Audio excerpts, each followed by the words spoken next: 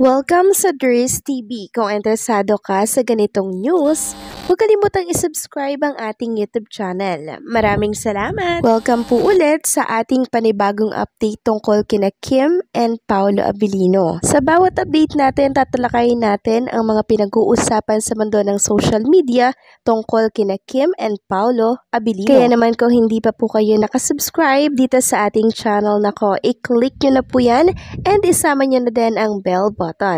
So, ayun, welcome back again sa ating YouTube channel mga Kim Pao, and sa update natin ito, ang pag-uusapan natin ay tungkol sa mga importanteng kaganapan kina Kim and syempre kay Paolo Abilino. Pero bago po ang lahat mga ka-Kim Pao, nais ko lamang magpasalamat sa inyong walang sawang pagsuporta at pagsubaybay sa mga daily update natin. Kaya naman bilang pasasalamat, narito po ang mga napili kong komento patungkol yan sa naging previous update natin. Unang komento mula po ito kay Ginang Edetana Donza.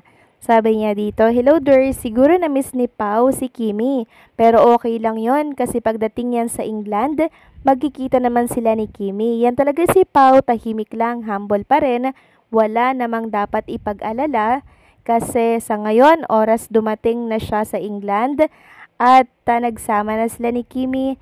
Sana may mga picture naman or video na nagsama na sila ni Kimi. God bless sa inyo and thank you Dries sa update."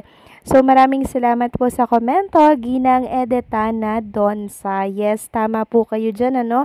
Pagdating po ni Paolo doon, for sure, magkakasama din naman si Chinita Princess. Pero ang nakakalungkot dito mga ka-Kim Pao, until now, wala pa nga pong mga picture na lumalabas for Kim and Paolo Abilino. Kaya naman, ang mga fans sa mundo ng social media, nag-aalala na po, nalulungkot, nagtatanong na bakit ganun daw. Kagabi pa dumating si Paolo pero wala daw pang picture with Chinita Princess na kung saan ay nag-e-enjoy kasama ang mga kaibigan nito. So ang tanging ko lang explanation dyan mga ka-Kim Pao, si Paolo po kasi ay masyadong pagod sa biyahe kaya kinakailangan niya munang mag-rest after niya pong makalapag, 'di ba, sa biyahe. Yun po talaga yun. Kaya sa mga nag-aalala dyan na wala pang picture with Kim and Paolo Abilino, kalma lang. Baka maya-maya meron na. So maraming salamat po sa komento, Ginang Edetana Donza. God bless po at mabuhay kayo. At ang pangalawang comment naman mula po kay Ginang Lolita Maestrado. Sabi niya, nasabi ko lang to kasi nabasa ko lang ito.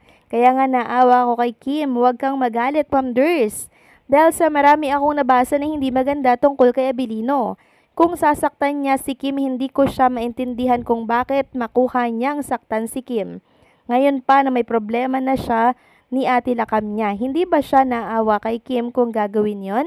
Alam mo Dries, huwag kang magalit ha. During Gerald time, ma-forgive ko pa si Gerald kasi bata pa siya noon at mapusok pa. Pero kay Abilino, nasa tamang edad na siya. So, Ginang Lolita Maestrado, ano po ba yung nabasa nyo about kay Paolo Abilino? Kasi hindi naman lahat ng nababasa natin sa mundo ng social media ay may katotohanan po. So, wag muna nating husgahan si Paolo Abilino kasi wala naman pong problema si Kim and Paolo Abilino mga ka-Kim Pao Parang sinaktan ni Paolo Abilino si Chinita Princess, diba? Wala naman pong rason and wala ako nababalitaan na ginawa po yan ni Paolo Abilino.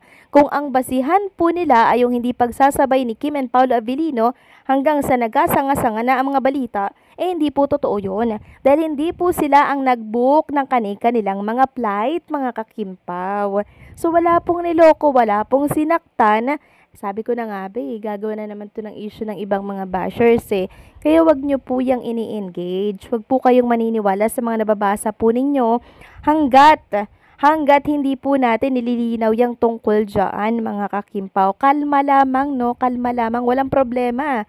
Si Kim and Paolo Abilino sa Smia Marimar. So, by the way, maraming salamat, Ginang Lolita Maestrado. Huwag pa kayong magpaka-stress sa mga nababasa ninyo, wala naman po yung katotohanan, okay?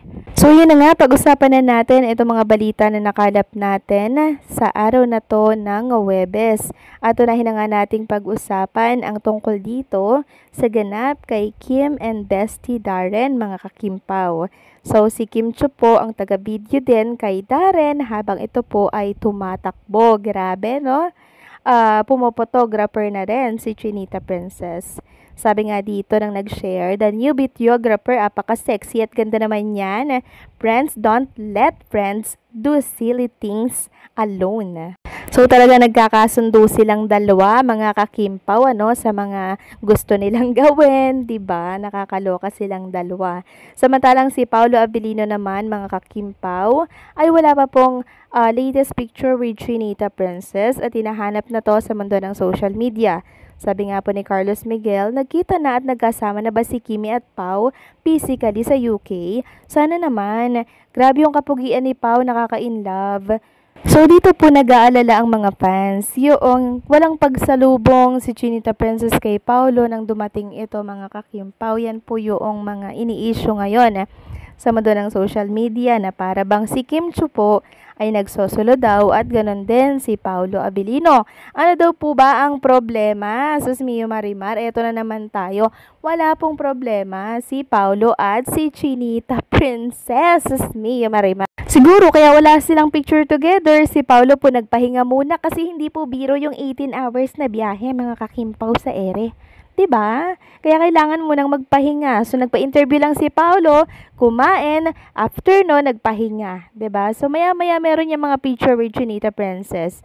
So kalma lang, mga kakimpaw. Kung wala man kayo nakikitang picture, wait lang natin 'yan, okay? Kasi darating at darating din po 'yan. So meron akong ipapakita sa inyong picture ni Chinita Princess. Actually video ito na kung saan habang nasa gala po si Kim Chiu, todo update po siya at todo text kay Paolo Abilino. So, ayan po, mga kakimpaw, todo update, hawak-hawak ni Kim Chiu ang kanyang cellphone. Kaya sa mga hindi mapakali dyan, kalma lamang po, nagpahinga lang si Paolo Abilino. While si Chinita Princess naman, kasama po ang kanyang mga friends dito sa gala. So nagpapasabik lang yang si Paolo Abilino, mga kakimpaw, 'di ba? Hindi na kayo nasanay kay Paolo. Gusto niyan lagi magtago, 'di ba, sa camera. Kahit kasama si Kim Chiu, ayaw magpa-picture at ayaw magpa-video kasi gusto niya private. Privacy, mga kakimpaw. Kaya sa nagsasabi dyan na nag-iiwasan daw ang dalawa at may sari-sariling ganap, naku, huwag kayong maniniwala doon at may stress na naman kayo dyan, mga kakimpaw. Lalo na sa mga seniors natin.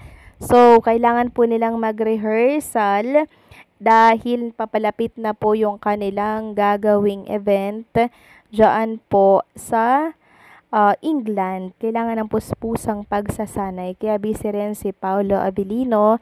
Si Chinita Princess naman, busy din po yan. Sinisingit lang talaga niya yung mga gala with friends niya.